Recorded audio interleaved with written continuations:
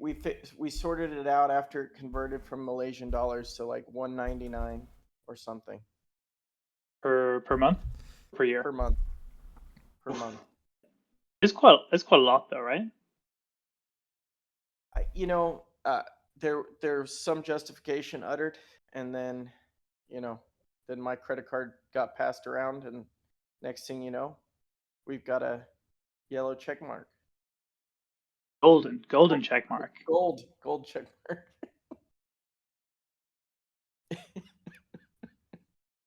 Listen, Elon's got to make money somehow. Like,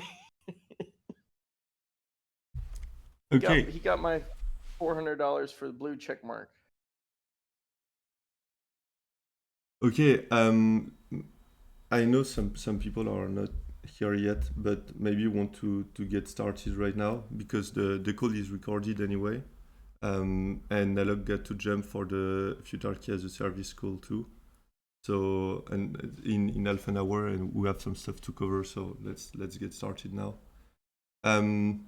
Yeah, I guess first, like the first thing I wanted to ask was about the structure of the DAO, the communication and the process in place.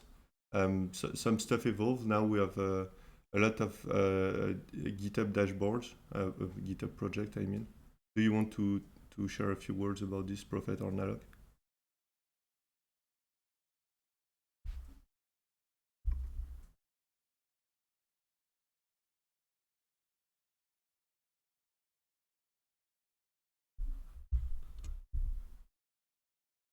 Do you hear me, Prophet, nallok? I can hear you. Yeah. So yeah, so part of the goal and objective is to get part of the goal and objective is to get the contributions made to the DAO organized. And right now, any approach is going to be better than no approach, and we can always iterate on it. But a lot of the work's going to be in code bases, and to organize that process makes sense to keep it in GitHub for the time being. There are other tools and tooling out there that may assist us in some of the more non-code components of this. So outreach is one of those. I know that you and I have discussed, which is going to have less code-based tangible deliverables. So I think that could become really quick and apparent that we need something else that exists outside of it. There are incredible linkage with GitHub, so we don't necessarily have to bind ourselves to it without losing the functionality of GitHub tickets. But right now, I think it's visible for everybody. There's several projects that are being structured right there. Futarchy as a service is being managed under there. Sprint planning is being managed under there right now.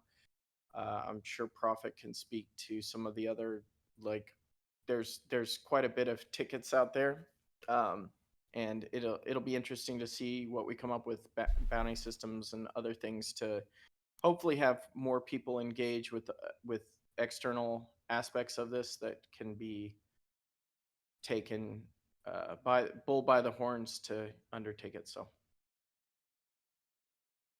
Nice. You want to add something, Prophet, or I move to the next question? I think your mic was not working the first time.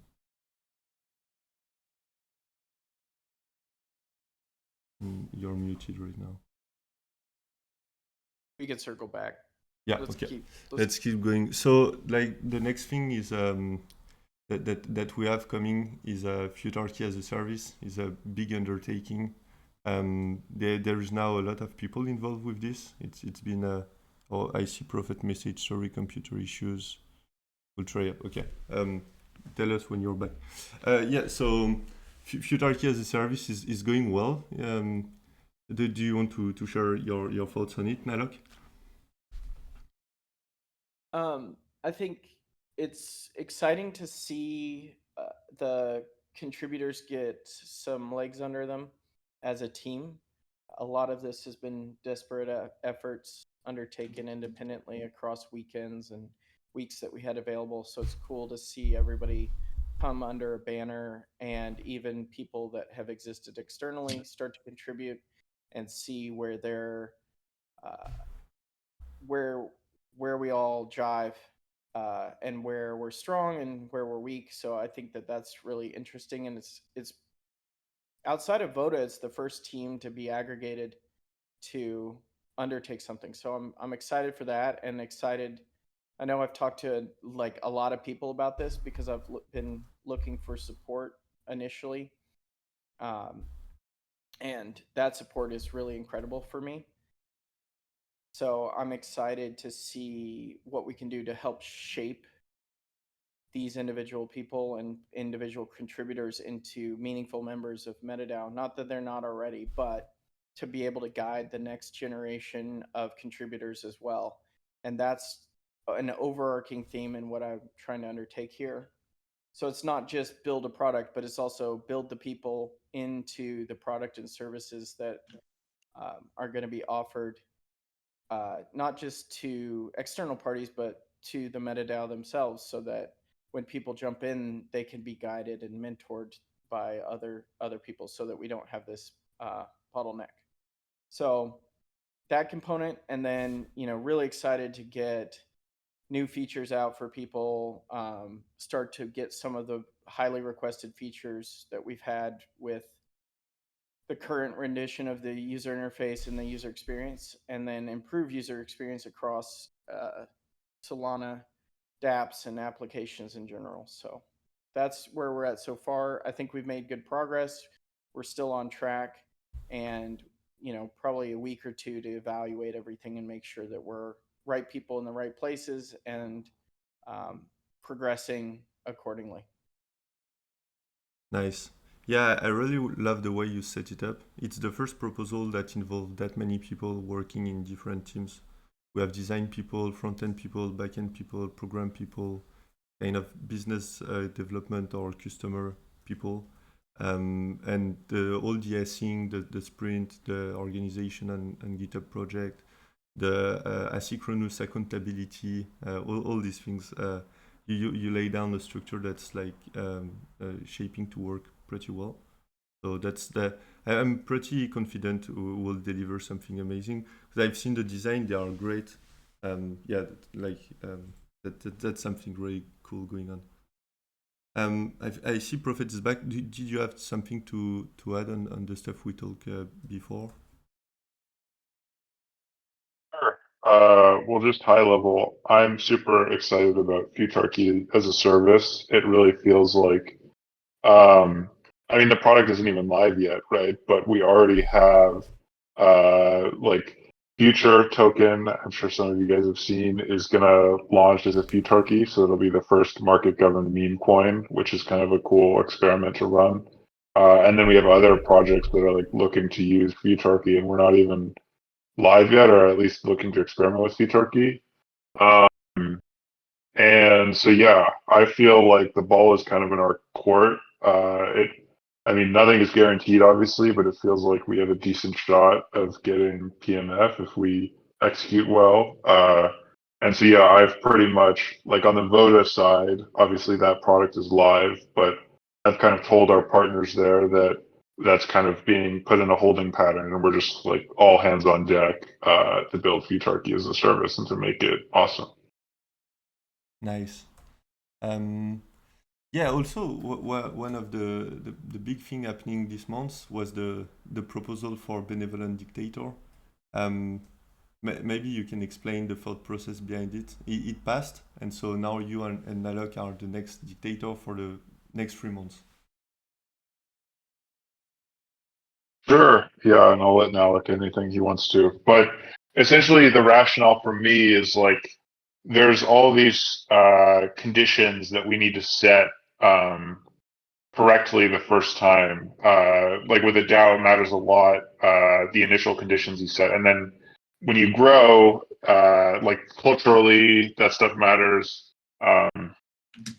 And it's just hard to get stuff through when you have to go through this proposal process every time. And obviously, like we need to fix that, right? Like our goal is to build futarchy, and so It's not like futarchy doesn't work. It's just that we're the first organization to ever use futarchy, and so we've got to like work out the kinks. And so I think within 3 months we have a decent shot of improving it enough that hopefully we don't have to raise that proposal again. But yeah, just generally want to set the right conditions. Definitely don't want to turn it, like, I'm pretty afraid of turning it into like a what was that protocol in ETH that had like $200 million in the treasury and had that whole situation? Is it Aragon? Aragon, yeah. I really like don't want something like that to happen. And a lot of these protocols that have said they're going to gradually decentralize haven't. But I'm optimistic that's probably because their governance sucks. Like voting governance doesn't really work, and so we can make futarchy work. Yeah, nallok, you want to say something? Well, I was trying to like Google some music that I want to play every time we announce that, but no, and it was of course going to be a march. No, I think this, and I've talked to a lot of people about it. This shouldn't be a standard proposal. This shouldn't be something that like we need to account for. In theory, it's doesn't align with crypto ideals, but it definitely gives this a better shot in the eyes of two people. What to aim this and direct it to push it forward, and I'm here to support that in my best efforts and energies, and my alignments and objectives and goals are Yeah. perpendicular to all this. So I'm keen to do what needs to be done. There's a lot of stuff that's tangential or cool or interesting that I think pushes branding over the edge and engagement with individuals. It affords quite a lot of flexibility, and I think inflexibility, as long as you have good execution and good reason about it, I think that can be very powerful. Yeah, my read on that is that we cannot move as fast as we wanted with the current state the futarchy is in, and there are a lot of operation things that need to have like quick decision and doesn't really need to go through a lot of market process. And the reason it passed is probably because it's Prophet and nallok who's been the two person that spend the most time and really like put the hours in without necessarily waiting for any retribution or anything, and they build a lot of trust in the community. Everybody is like behind them, so that's how this proposal got passed. I really hope we don't need to renew it for another 3 months, and I think there is a decent chance that we don't.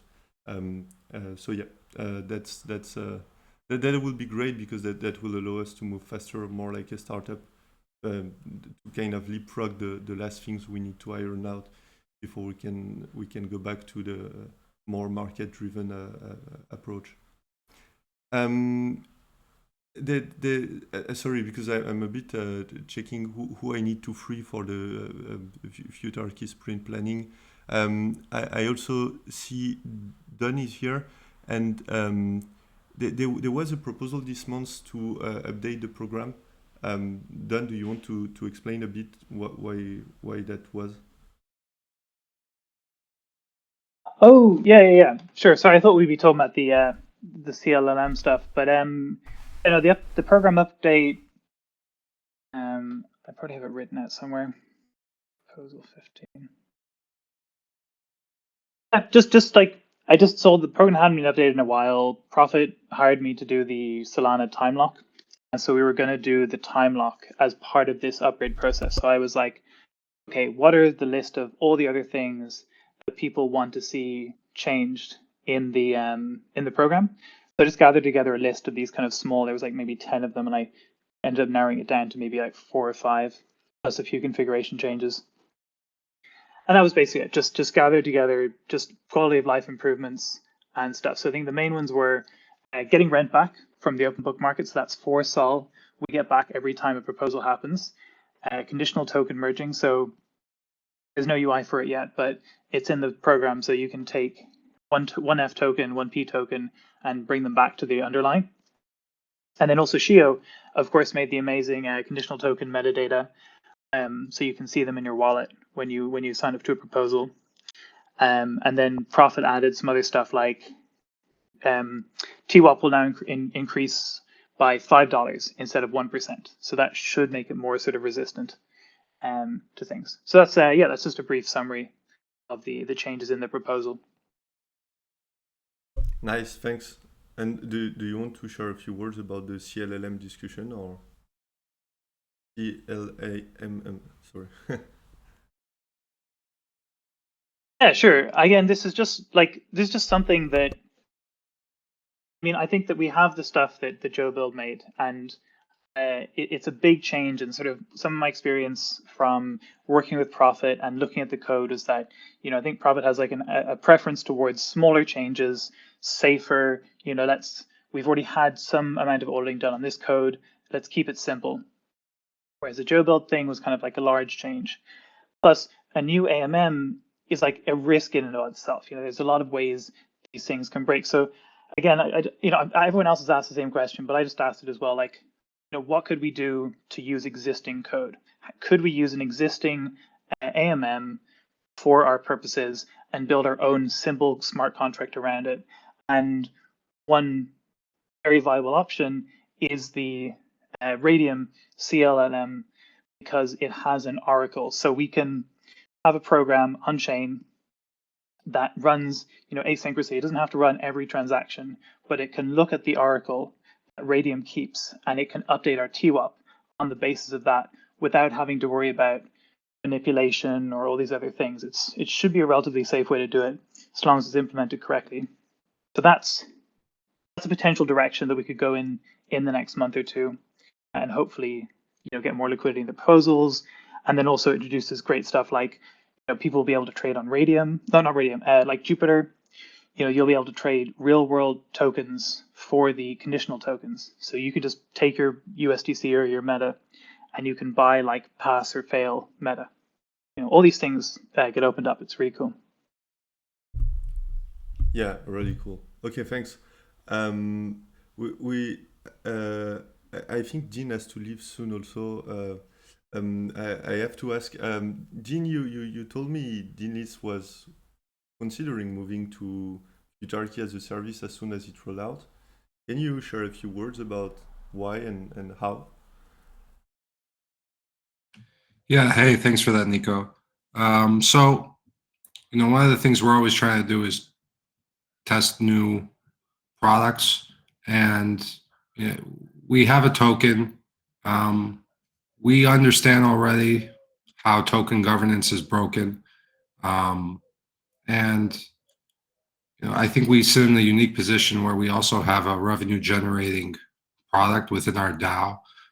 So I put together some ideas in a Twitter thread around how we could have a unique version of futarchy, but even starting off with the current platform, it would be interesting to see a different audience using it, especially one that I already know is heavily governance oriented and focused. So both from MetaDAO's perspective, it's good for us to have a group of people that already know what governance looks like, at least the current state of affairs. And then separately on the Dean's List side, we have this unique opportunity where we can mix earnings and voting within the futarchy kind of lens. So that's why I was kind of enthusiastic to bring it up. I'm going to bring it up on the DAO call tomorrow with the rest of Dean's List. But I think there's a good shot that we would want to do this. And then as how to do it, I think we could allocate a certain portion of what we vote on. For example, we run a lot of grants programs. It would be interesting to see how a grant fund operates with a futarchy model. Yeah, definitely. Really cool. Okay. We also have Matty who's here. This month, there's been, I mean, it's already last month because we're at the beginning of April now. But one of the most amazing proposal was Colosseum proposed to invest in the MetaDAO. And that was a huge signal for the legitimacy of the DAO. And also, it gives us a cash for treasury operational expenses. And it aligned the interest with one of the best thing we could dream of in the Solana ecosystem. So I would love to hear a bit more how you decided to do that investment. Yeah, well, yeah, thanks for inviting me to the community call. So as many people probably are aware, DAO governance hasn't been particularly functional up until to date, even though there's a lot of promise with the concept of a DAO. And we just felt that, you know, there needed to be some radically different mechanism for governing these organizations and these communities, and didn't know what that would be. But then when we saw sort of the MetaDAO and some of the ideas around futarchy, which we had known about for a while, we just thought that this was like a really interesting experiment at minimum that had attracted and sort of nerd sniped a bunch of developers that we really respected in the ecosystem, many of whom are previous hackathon winners, which we were most familiar with. And so just chatting with people at Mountain DAO and doing our own research on kind of the concept and if it was viable, we just felt that we were kind of in a unique position to help more than just a traditional venture fund by providing capital. We felt that, you know, if the MetaDAO is going to be successful long term, both sort of using its futarchy as a service product and, you know, just attracting entrepreneurs and builders into its ecosystem, we could help accelerate that substantially, given our position of running the ecosystem hackathons. So that's it at a high level. And yeah, we're really excited to work with everyone in the community on pushing things forward. So happy to be here. Nice, thanks. And so the next hackathon, there will be a track for DAO governance with the MetaDAO. I don't know what's going to come out of this, but I'm really excited. It's like it's what you didn't expect that come out. That's so often the best thing. Do you have any wild ideas of how that could go? Yeah, so we're just finishing up our first hackathon that we've run under the Colosseum brand. It's called Renaissance. It's ending, you know, at the end of this week. But then we'll be running a second hackathon sometime in the fall of this year. And during that hackathon, as part of our proposal, obviously to the MetaDAO, was that we wanted to basically offer the DAO and communities track to be basically presented by the MetaDAO, and to push people to, you know, think through interesting ways to utilize the MetaDAO as part of their project. We aren't usually very prescriptive on what that could be. We used to be, as traditional hackathons. Often there's like bounties and there's specific things that people want to see built, but we found that rarely do good founders go build those bounties. We want to help people build what, you know, the problems that they're trying to solve and bring their own kind of creative ideas where they want to spend, you know, the next 5 to 10 years working on it, raise venture funding, and actually like pursue it as their own passion. And so I don't know what people are going to build. I never do with these hackathons, but there's obviously really interesting stuff that always comes out. And so that's it at a high level. But we're pretty excited about it. Okay, great. Thanks, Matty. We've covered most of things already. I guess in 4 minutes, nallok and maybe done, and I see some people like Lucas, Chayo, you maybe got to jump in the other call. One of the last main thing that happened this month was the kind of a blunder with the auction. Nallok wrote a great post-mortem to explain what has happened. Basically, a fat finger transaction was sent and approved by the multisig, and we list a bunch of meta at the wrong price, which highlighted a lack of process. And it was something that was planned to do, but like when it's the beginning of a project, there are so many things to do that some stuff get pushed back, and so this unfortunate event bring those priorities further, like center. I don't know if you got 2 minutes to talk about it, Nallok, but if not, I can point people to the postmortem you wrote. We've got 3 minutes. Yeah, I think the important thing here is, an action was taken and systems and processes could have been in place to catch it in many ways.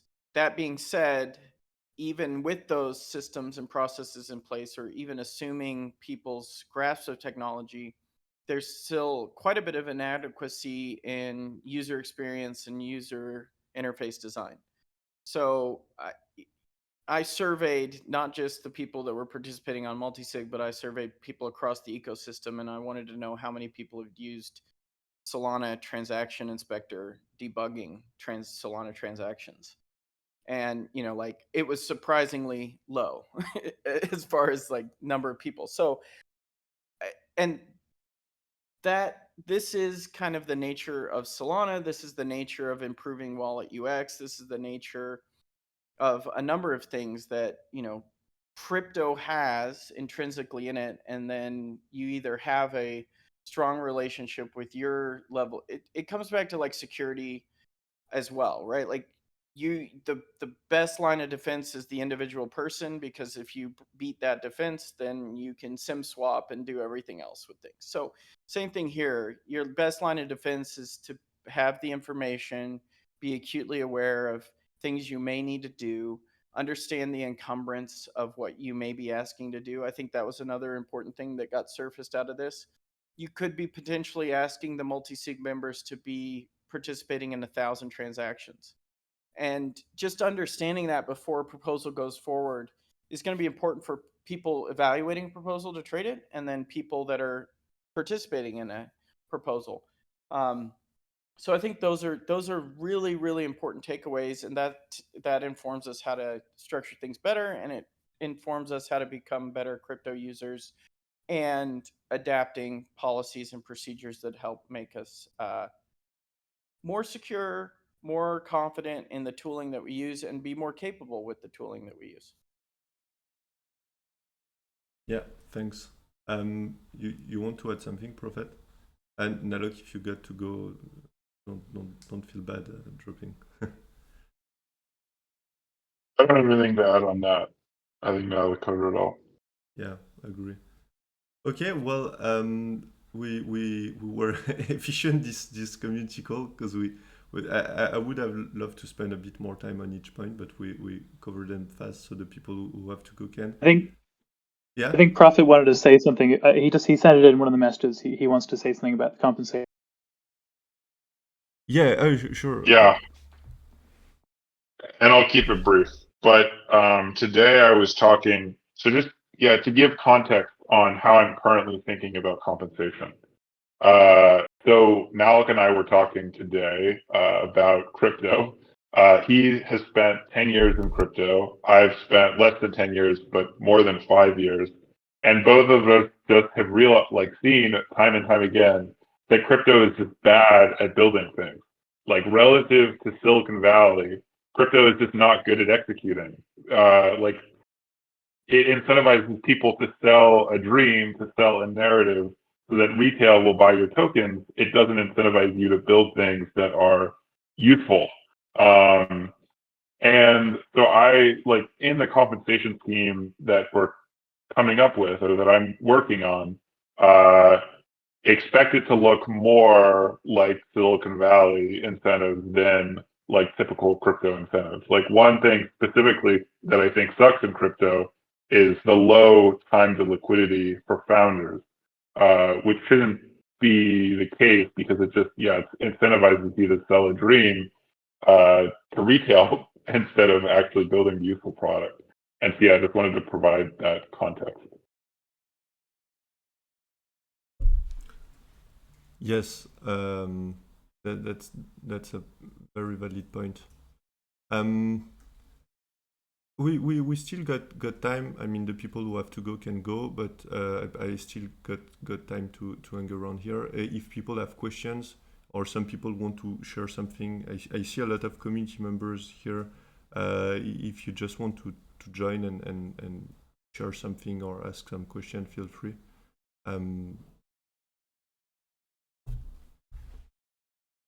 For example, I see Doctor that's all. Like, I don't know if you have your mic. I've never talked to you yet, but you've been active since the beginning. You've traded a lot of proposals. I'm sure you've got some stuff to share.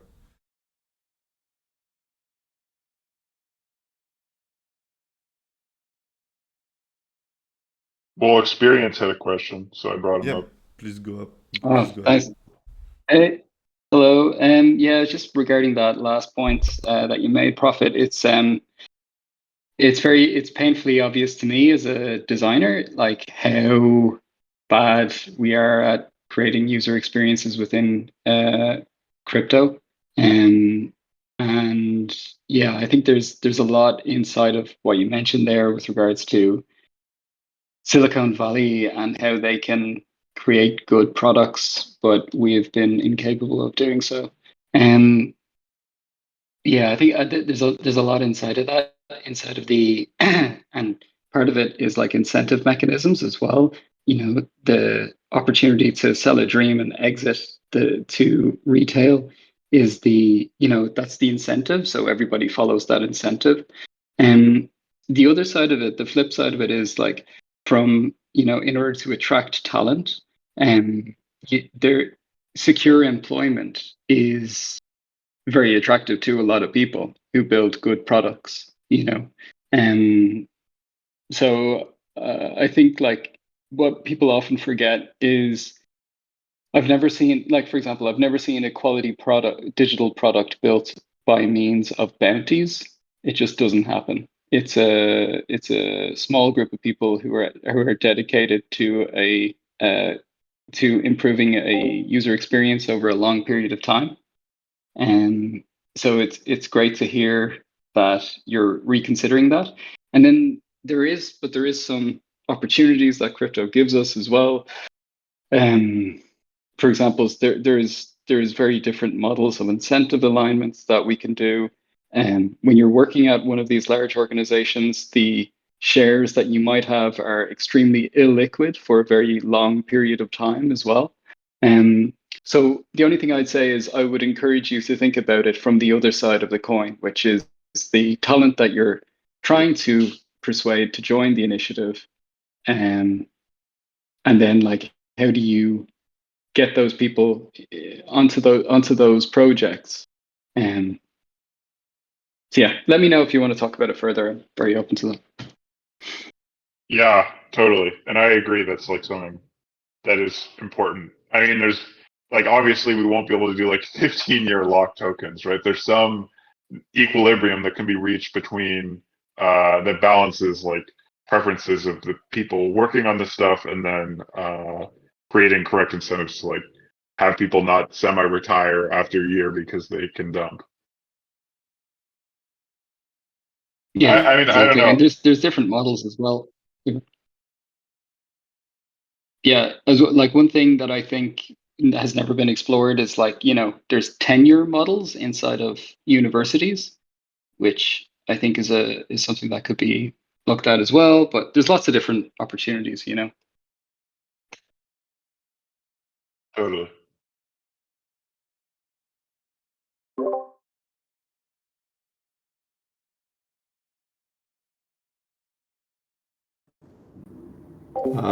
I guess I just wanted to say I think this is the right approach to like try to change the incentive compensation structure.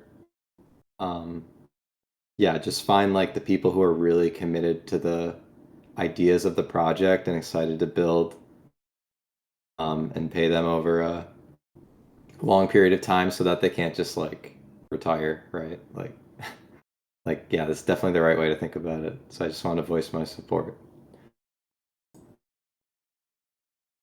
Cool. Thank you. That means a lot.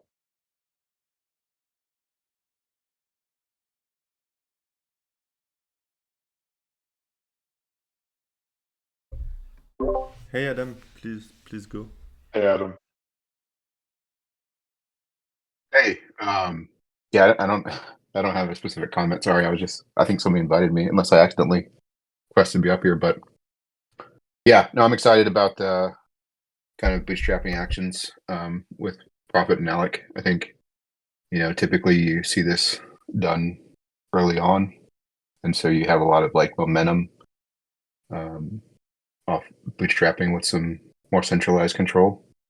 But it seems to make sense, and I think it's very practical. I think it'd be interesting to explore ideas maybe on how to like prevent this from being abused in the future, but maybe it's not a relative concern as long as we're all aligned.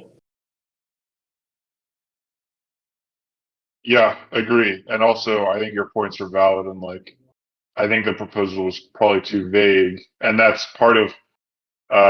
It's kind of like we need to build the ship that we're flying. I mean, I guess that's a common phrase in Silicon Valley, but like, we need to follow like we need to create proposals in order to change the proposal process, right? So it's like catch-22 today, which is resolved by just like appointing central control, but hopefully nallok and I can put in those processes so that like we know exactly how to run those type of proposals or just any type of proposal in the future. You have a few questions in the chat. Kaza is asking for vota.fi if you have thoughts around the test case with VESBR and what's next. And Dr. Dotz is also asking something. Yeah. So if you've delegated to Voda, you should hopefully receive some meta soon. I just came out of my personal staff, but overall the plan there is like, I think Voda is not as high a priority as futarchy as a service today. So yeah, it's like running and it's going to be functional, and anyone will be able to buy votes now. It's part of the UI, but we're pretty much all hands on deck on building futarchy as a service. And Dr. Dotsol is asking if the guy who made the Radium fork on cubic grunts here I think there was a Radium fork with futarchy market. I don't remember the exact specifics, but I don't think the guy is here. Is he? Yeah, I'm not super bullish on what that is. Yeah, it's a little. If you read through the comments and like the actual code, it's a little weird. Yeah, yeah, same feeling. Great. What else did we? Yeah, maybe one last thing we should add is what's going to happen to the ongoing auction. Since the market condition shifted a bit, and since the process with the multisig isn't working, I think you mentioned you maybe will cancel the auction as part of the benevolent dictator thing. Can you share more details on that? Yeah, yeah. So I guess that'll be the first executive decision I take as BD3FM. Yeah, it's just not the right time it's not right market conditions to sell. It'd be too dilutive. So yeah, we're canceling that. There won't be any, like, hopefully we can get that sent back to the treasury. Nice. And another thing came to mind. I saw nallok mention that you're looking to set up an office somewhere. Is this something you want to talk about?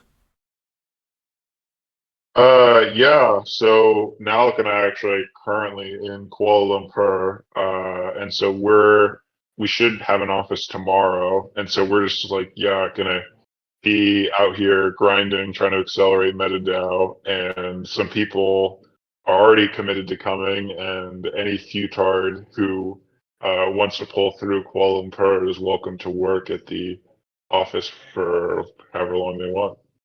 We have an office for like 5 people, and yeah, should be fun. Yeah. Yeah, that's really cool. I think being in person helps a lot, moving fast.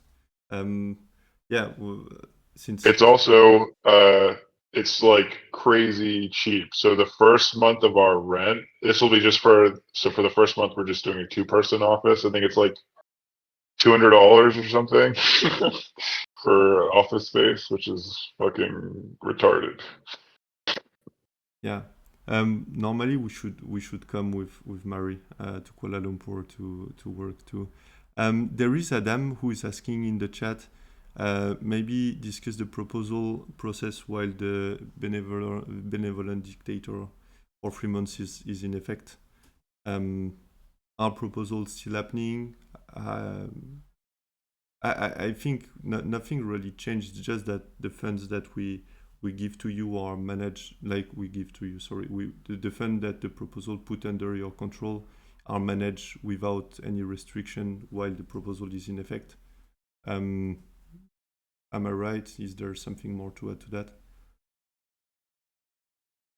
Yeah, I'd say that's directionally correct. So essentially, I'd say we're like co-CEOs. So if there was something that was like, yeah, if we wanted to spend more than that amount of Meta or that amount of USDC, which I don't foresee, but maybe for the compensation proposal, if we wanted to like lock up a bunch of Meta, that would be something that we'd still go through the proposal process for. It would just be like, I don't know, process things or making decisions about like moving money around between the multisigs. Because like one thing is I don't want to have a bunch of money in the treasury right now until we've moved over to like a more secure system where like we can cancel proposals after like the DAO can. But yeah, essentially we'd be like CEO, so still have to go to the board of directors for like very big things like potentially the compensation. I have a question.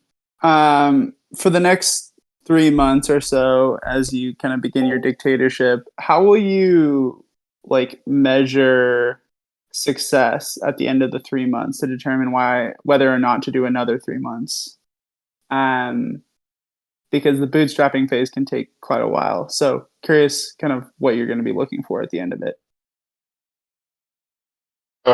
Well, I think the metrics that are both a measure of when we can start moving, because like our goal with the dictatorship is to do things that would allow us to end the dictatorship, and so we can use those metrics as kind of both of when we're ready to move off and how well we've executed. And are the funds in the DAO in a time lock instead of where they currently are? Do we have AMM set up? Is futarchy as a service like executed? It should be fully executed by then. And then is like a easy user experience for. I mean, obviously these are not like super easy to measure, but you can kind of measure them, right? Like what percentage of people who land on the site are actually able to make a transaction and stuff like that. So yeah, it's like how well the futarchy is functioning. And I've got a monthly update coming out in a few days, and I'll put together like what exactly we want to get done within these 3 months. And so that should be like a good metric for both when we can move off and like how well we executed.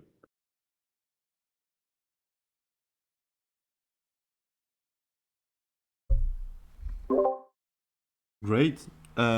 Anybody has another question before we wrap it up?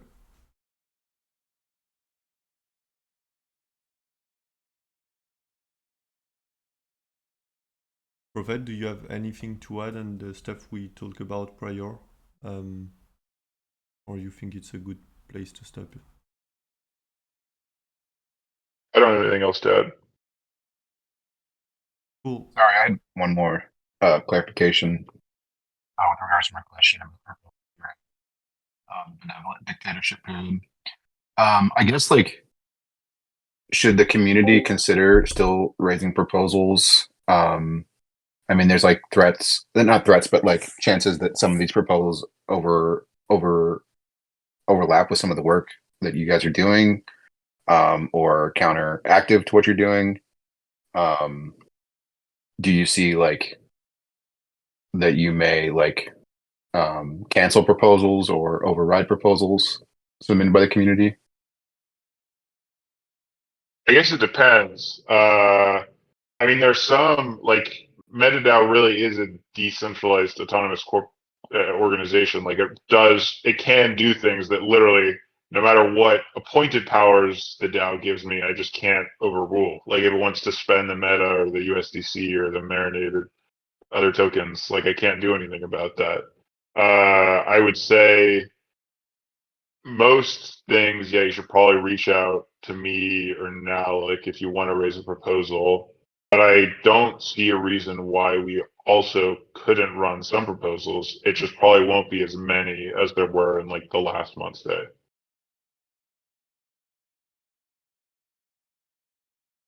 Okay, that makes sense. I mean, if you believe that markets are like a good mechanism for making decisions, like I do, like I believe that markets are better than me, right? Because markets can aggregate information from all sorts of experts, and they're empirically better than experts. And so, like, I would want to delegate some important decisions to markets because I would believe that they're actually a better decision maker than me. It's just that right now, yeah, the throughput is not high enough. That's essentially what we need to. We need to make the throughput of futarchy higher so that we don't need a human making a bunch of decisions. And we need to get the latency lower. Because if you can get the latency to like a day or so, I mean, when I worked in Web 2 and I had like a decision I had to get through, like it would take at least a day to get a manager to like make a decision on it. And so at that point, you're basically at parity. And then, yeah, if you can do like, I don't know, one per day is like ideal, but maybe if we could just not have to spend like a few $1,000s every time we want to make a proposal, which Don Derper's change will already fix, like that'll help that as well. Essentially, what we have right now is a manager where you have to pay him like a few $1,000s every time you want to make a decision, and he takes like 5 hours or 5 days to make the decision, which is a sucky manager, and we need to improve that guy. That makes sense. Big Z is asking, in theory, can someone raise a proposal to post memo to take away the benevolent dictator for 3 months? Sure. I mean, I guess we're all making this up as we go, right? Like that's not defined in the code, but yeah, I would say that's like a legitimate action, sure.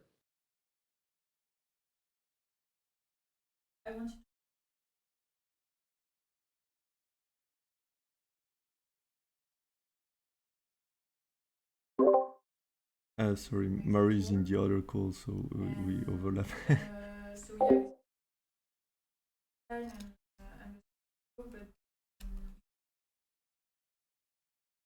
And then to answer your question, Doctor, I mean, I don't think we're going to be able to get a good price for like, I mean, I value MetaDAO as a pre-seed startup, and right now, recently it was valued higher than a pre-seed startup, and so that would have been a good time to sell. Right now, it's valued below pre-seed startup, which means it's not a good time for current token holders to sell new.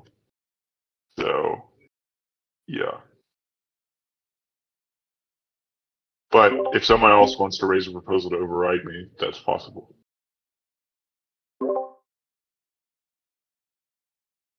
Yeah, I agree with that. There was last month when we did the community call, I wrote a little thread, and the last tweet was, for March, we should keep Vota, run the auction, trade futarchy as a service, improve structure and coordination, burn the meta from proposal 11, and a lot of issues to solve. And everything's been done. The only problem was with the auction. And a lot more happened. And so I think that's what's going to happen next month. We don't really know what April will be made of. But yeah, I'm pretty excited. I hope we will not have another mistake and postmortem to issue. but we really deliver on all the things that were listed.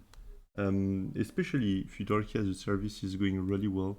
Nallok has done an amazing job because there is so many people involved, and there was no prior example of structure we could use in the MetaDAO. I mean, in other companies they are, and a lot of talented people are working on this, and I think maybe it will take 2 months, but I think the results are going to be amazing. And I remember Prophet said once that I think it was Steve Jobs who said when someone asked him what was the biggest asset of Apple, he answered, "Well, it's not the treasury, it's not even the people, it's the process." And that's what makes institution kind of unique. And for stuff like when we are not sure about what's the best way to do the compensation or what's the best implementation of a TWAP and all these things, as soon as we have futarchy as a service up and we start to have DAOs experimenting with it, it will be very interesting because we'll learn a lot, and slowly, but I think the MetaDAO process are going to improve, and it might become one of, if not the best, organization in terms of processes. And so it could really become something kind of wild. And futarchy as a service is the next step, but then you don't know what can happen because the treasury will slowly grow, and anyone can come and post a proposal, and if the market deem the proposal as a plus CV, they will pass it, and then we don't know what kind of business the MetaDAO will start to venture in. I already have a lot of wild ideas of what we could do in the next 6 months. So yeah, that's kind of amazing. Yeah, it's like a positive note to end the call. I don't have anything else to add. So I mean, that's the cetus, right? And it's kind of funny that Robin doesn't agree with this because he's like, oh, futarchy doesn't really change that much in the organization. But I don't know. I think like if you look at poor countries and rich countries, like what's the difference between Somalia and Singapore? Well, it's basically just institutions. It's like one has processes and systems that create people that incentivize people to do plus EV behavior, and then other one incentivizes people to do minus EV behavior, and that creates like a 100x difference in economic outcome. And so, like, I'm optimistic that if MetaDAO really can and futarchy really can be like a 10x improvement over the previous system, that it could hopefully be a 10x economic improvement as well. yeah, completely. I've even wonder like things like what would happen if futarchy was at a country level, how the market will treat wars. Would they see war as plus EV or minus EV? Maybe it depends the power balance, the alliance and stuff like that. But maybe most of the time the market think that war is just going to be minus EV if it's not easily winnable. And if it's easily winnable, maybe if the other country is also run by a futarchy, the market are going to see it as minus EV to hoard their resources and prevent the adversary to work with them. So, I mean, I don't know. We'll see how those things develop if some days we get there. But one thing I can say is that when I joined crypto, there was a lot of people talking about changing the status quo, and like much more ideal driven people. And as cycle happened, we've seen more and more startup kind of people join, and they wanted to make a business to optimize this or to solve this, and it was a lot less about the first ideals we heard about. And when I found out about MetaDAO, I remember I was reading Prophet article, and the guy was obsessed about institution and Somalia and the difference between Somalia and Germany. And I think that's also one of the things that attracted a lot of people. It's really a big shot at trying to change something. It's been a while. We haven't seen a project being that radical about it.